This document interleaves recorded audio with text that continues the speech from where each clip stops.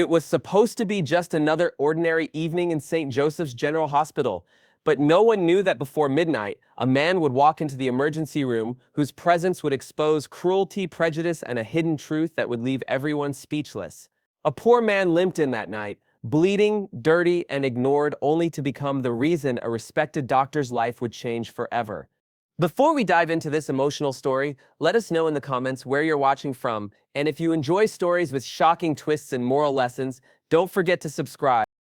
The cold fluorescent lights flickered above as the hospital's waiting room hummed with quiet murmurs and the occasional beep of machines. Nurses hurried past, paperwork piled in their hands while families sat anxiously waiting to hear news about their loved ones. At precisely 9:47 p.m., the automatic doors slid open, and in stumbled an old, frail man. His clothes were torn, stained with dirt and dried blood. He clutched his left arm awkwardly, wincing in visible pain. His face bore the lines of hard years, and his eyes, tired but proud, scanned the room, desperate for help. A nurse at the reception glanced up, her eyes narrowing before quickly looking away. She whispered to her colleague, "Another homeless man, probably drunk." The poor man shuffled forward, leaning heavily on the counter. "Please." "I think my arm is broken," he whispered. Before the nurse could respond, footsteps echoed from the hallway. Dr. Martin Reed entered, his crisp white coat spotless, his chin raised and his expression hardened by years of authority. "What's going on here?" Dr. Reed asked, glancing at the old man like he was filth. The nurse shrugged. "He says he's injured. No insurance, no ID. Looks like another vagrant." Dr. Reed sighed, folding his arms. "Put him at the bottom of the list. We've got real patients to attend to." The old man winced, his voice cracking. "Please, sir. I'm in terrible pain." Dr. Reed scoffed, loud enough for the waiting room to hear. "Maybe if you spent less time on the streets and more time taking care of yourself, you wouldn't end up like this." The nurse let out a quiet laugh. Others glanced over but said nothing. The man's eyes shimmered with humiliation. He bowed his head and stepped back, clutching his arm tighter. Hours passed.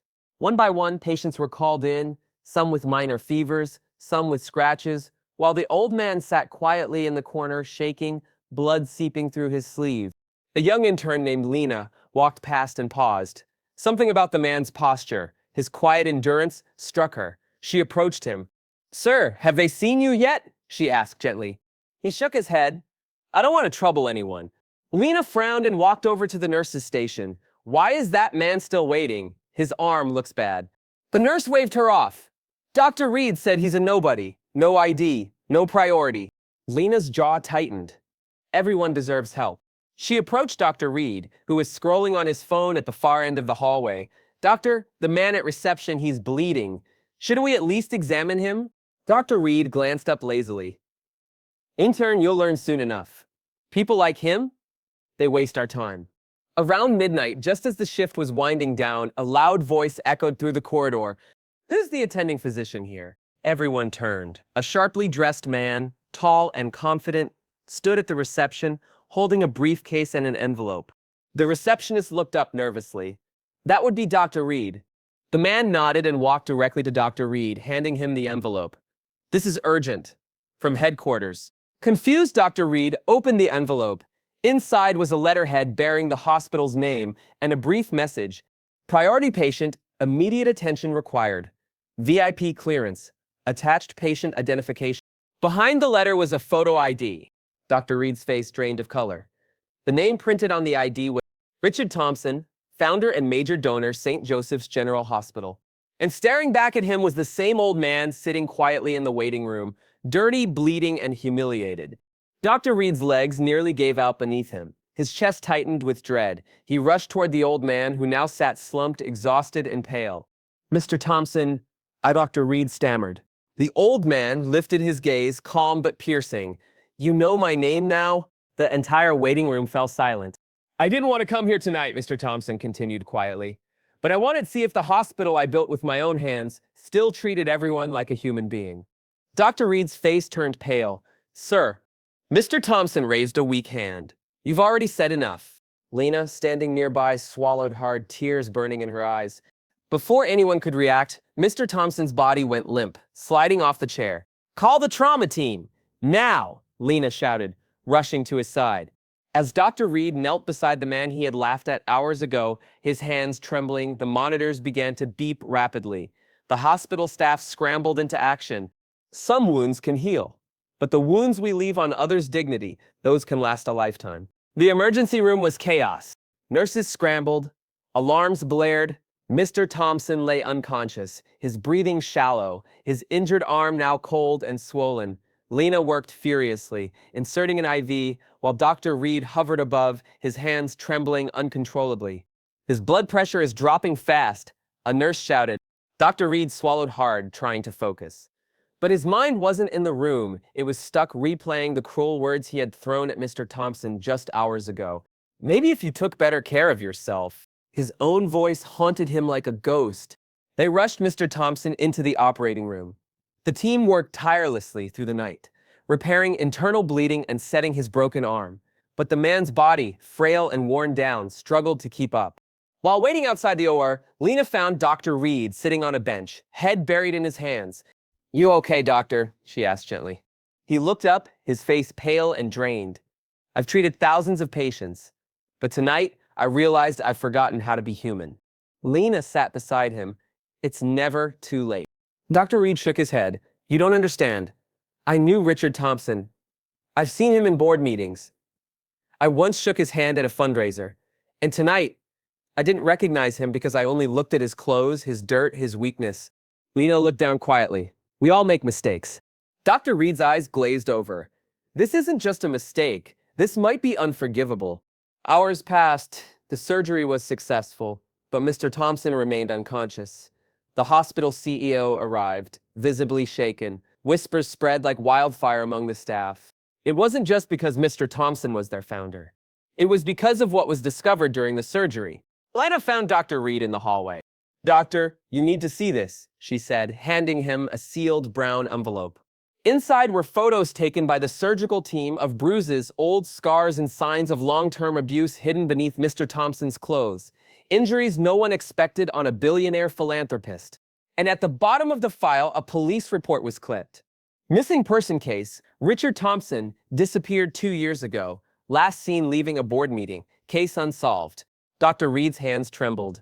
"He wasn't homeless by choice," Lena whispered. "Someone did this to him." That night, Dr. Reed sat by Mr. Thompson's bedside, his breathing shallow but steady. Suddenly, Mr. Thompson stirred. His eyes fluttered open, glassy and confused. Dr. Reed leaned closer. "Mr. Thompson, can you hear me?" The old man's lips parted. His voice was faint, barely audible. They tried to kill me. Someone inside the hospital." Before he could say another word, the monitor screamed. His heart rate dropped dangerously low. We often think we know people by what they wear, how they look, or where they come from. But beneath every face is a story we cannot imagine. What do you think happened to Mr. Thompson? Tell us your thoughts and theories in the comments. The hospital's atmosphere felt heavier than ever. Word had spread. Nurses whispered in corners. Security guards checked every hallway twice. And in the ICU, Mr. Thompson lay unconscious, fighting for his life. Dr. Reed hadn't slept in 2 days. He stood beside the old man, clutching the file of police reports and surgical photos. His hands shook, not from exhaustion, but from fear. Who inside this hospital wanted Richard Thompson dead? Later that night, Lena approached Dr. Reed quietly. "Doctor, something's not right," she whispered. She showed him a security footage she pulled secretly from the archives.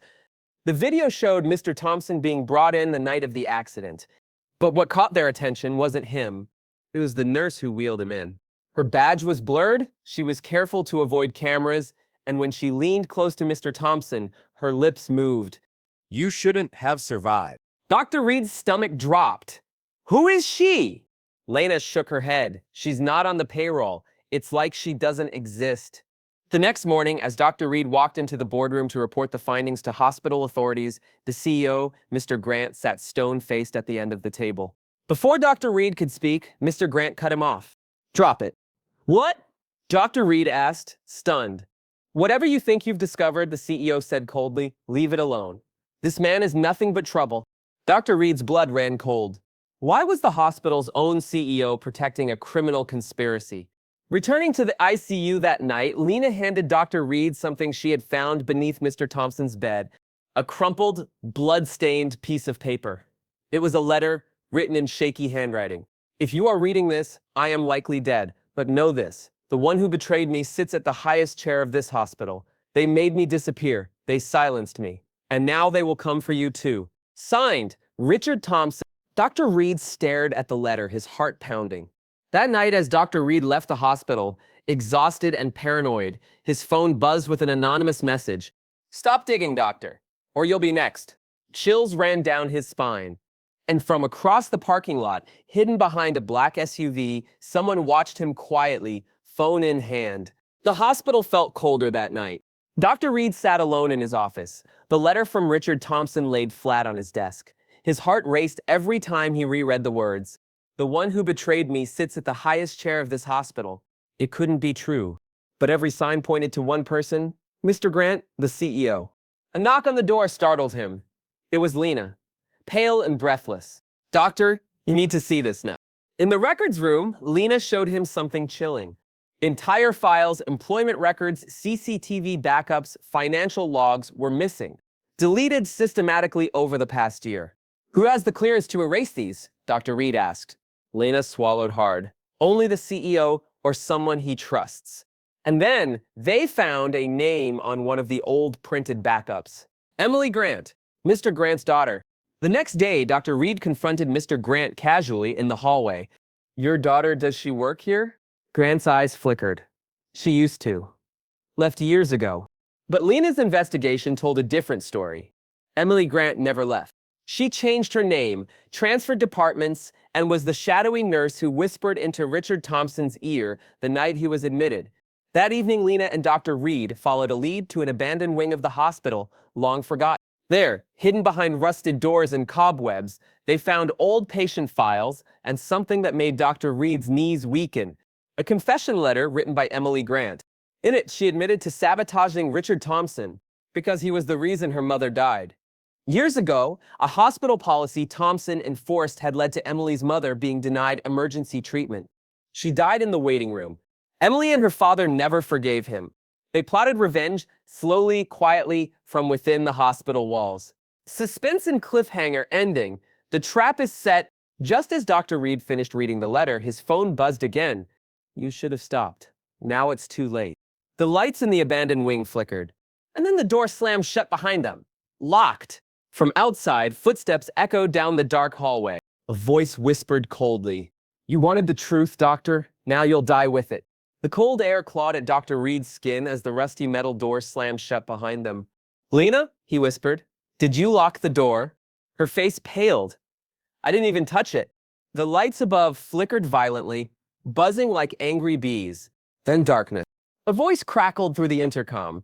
You should have stayed out of it, doctor. Now you'll learn why some secrets must stay buried. It was Emily Grant. Lena's breathing grew shallow. She's here watching us. Dr. Reed's heart pounded. He reached for Lena's hand. Stay close, he said. As they fumbled through the darkness, Lena whispered, Why would they go this far? Reed's voice cracked under the weight of guilt. Because I laughed at a man I thought was worthless, and they think I'm no different than the man they hated. The hallway smelled of damp concrete and old regrets. Each step echoed like a countdown. They stopped at a broken window, where faint moonlight poured in. There, taped to the glass, was another letter. Turn around. Before Reed could react, footsteps crept up behind them. A soft voice spoke, It's not personal, doctor, but it had to be you. They turned to see Emily Grant, her face no longer hidden behind a nurse's cap, but revealed haunted, hollow, and broken. Why? Lena breathed. Emily's eyes shimmered. Because this hospital was built on the backs of the forgotten. My mother died here, waiting for care she was denied. While Richard Thompson laughed at policies, my family crumbled. Her voice trembled, but there was a dangerous calm in her stare. We wanted him to feel what we felt, to lose everything. Dr. Reed's throat tightened. It's not too late to stop this.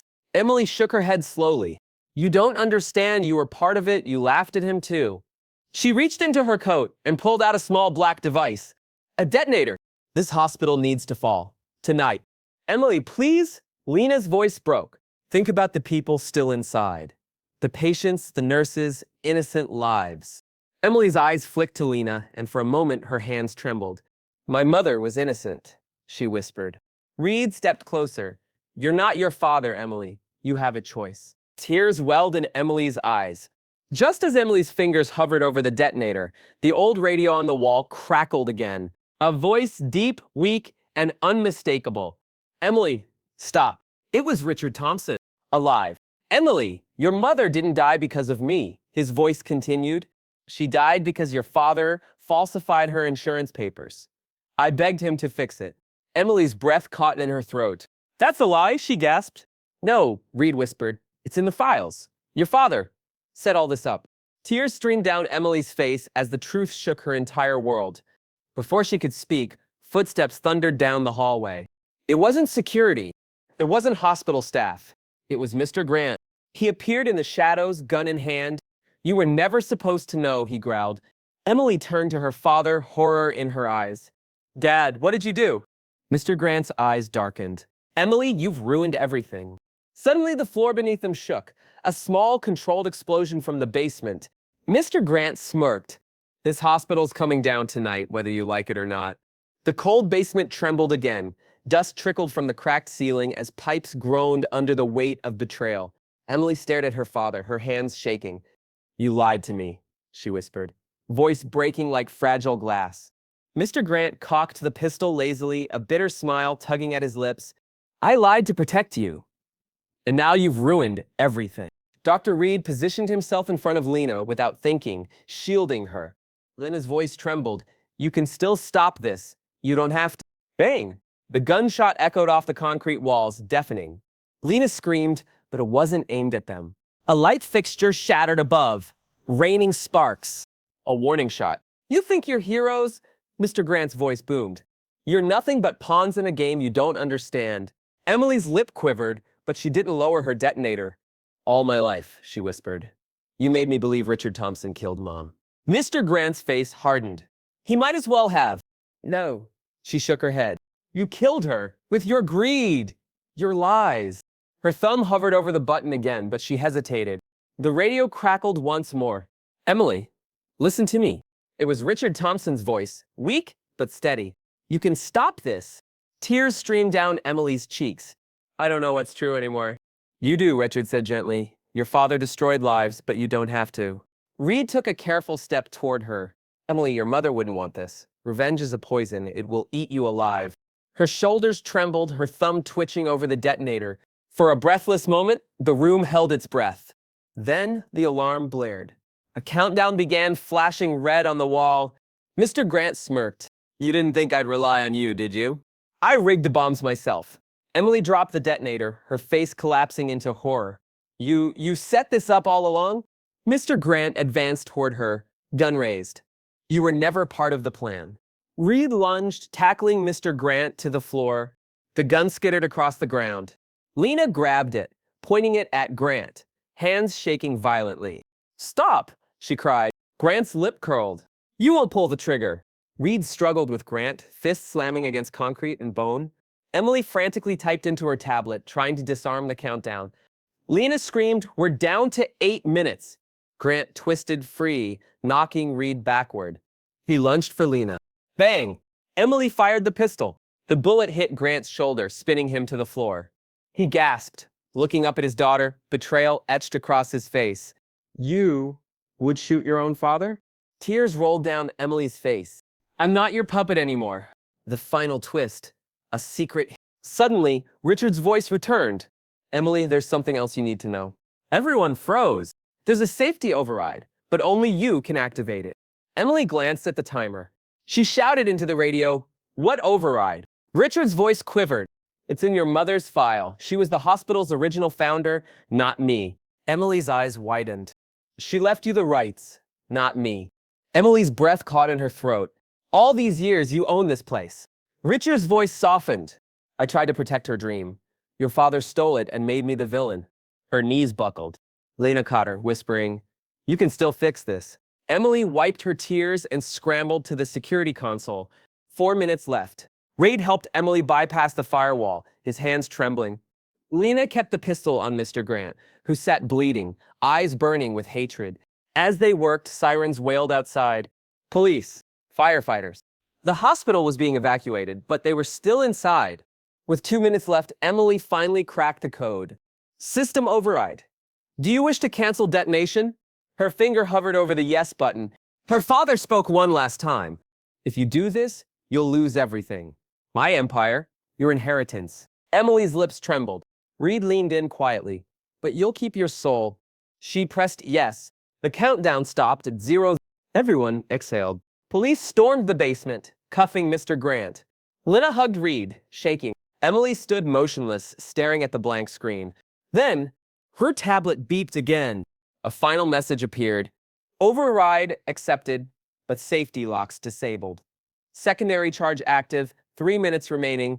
The camera above them turned. A new voice crackled to life, one they didn't recognize. You thought this was just about family secrets? Emily's eyes widened. That's not my father. The voice chuckled. You've only scratched the surface.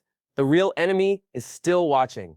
The room felt heavier than it had ever been. Dr. Marcus stood frozen, staring at the frail man in front of him, the man he had mocked, dismissed, and humiliated not long ago. That man, Michael, the one who had walked into the ER that night, bleeding, desperate, and invisible to everyone, had just been revealed to be the owner of the entire hospital.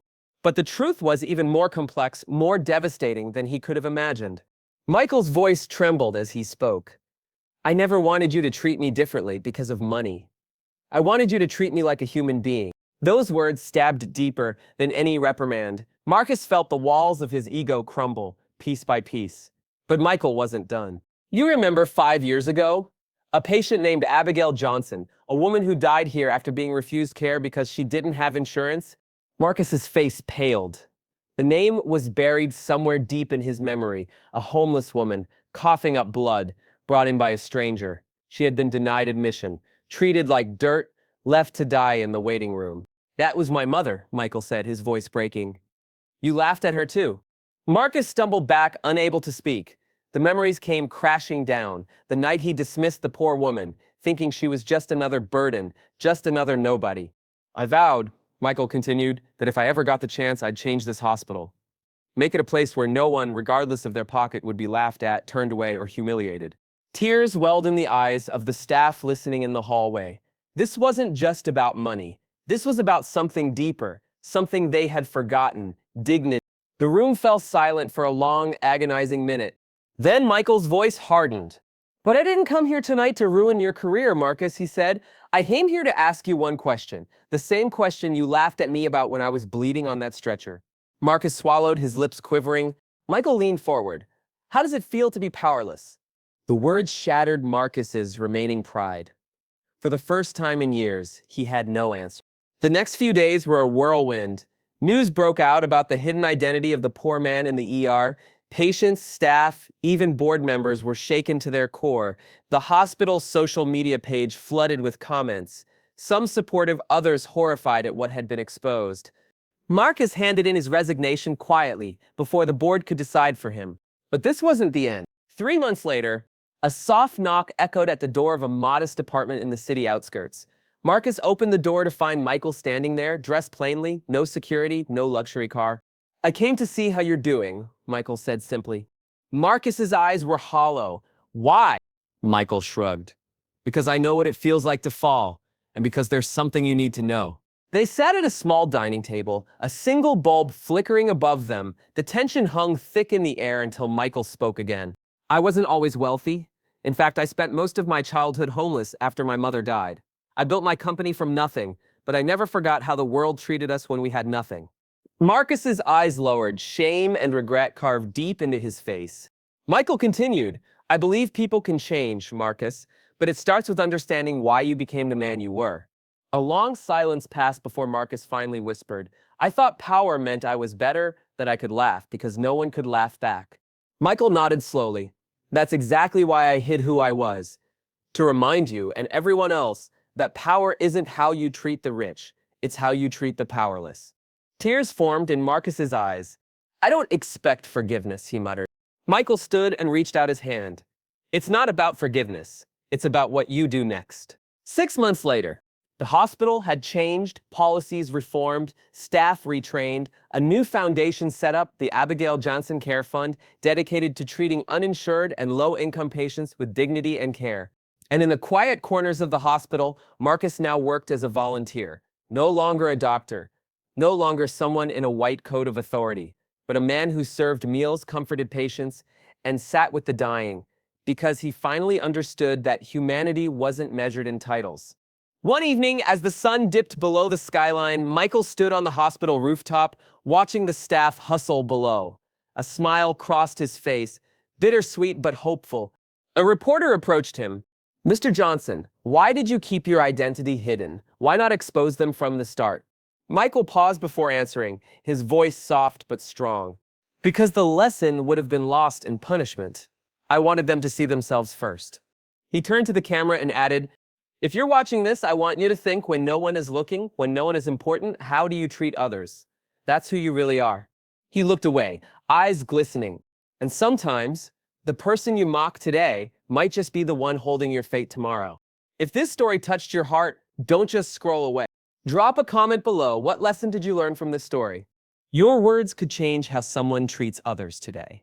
Like this video if you believe everyone deserves respect, rich or poor. Subscribe to this channel for more powerful true life stories that reveal the hidden truths of humanity. And remember, the way you treat others when you think no one is watching says everything about who you are.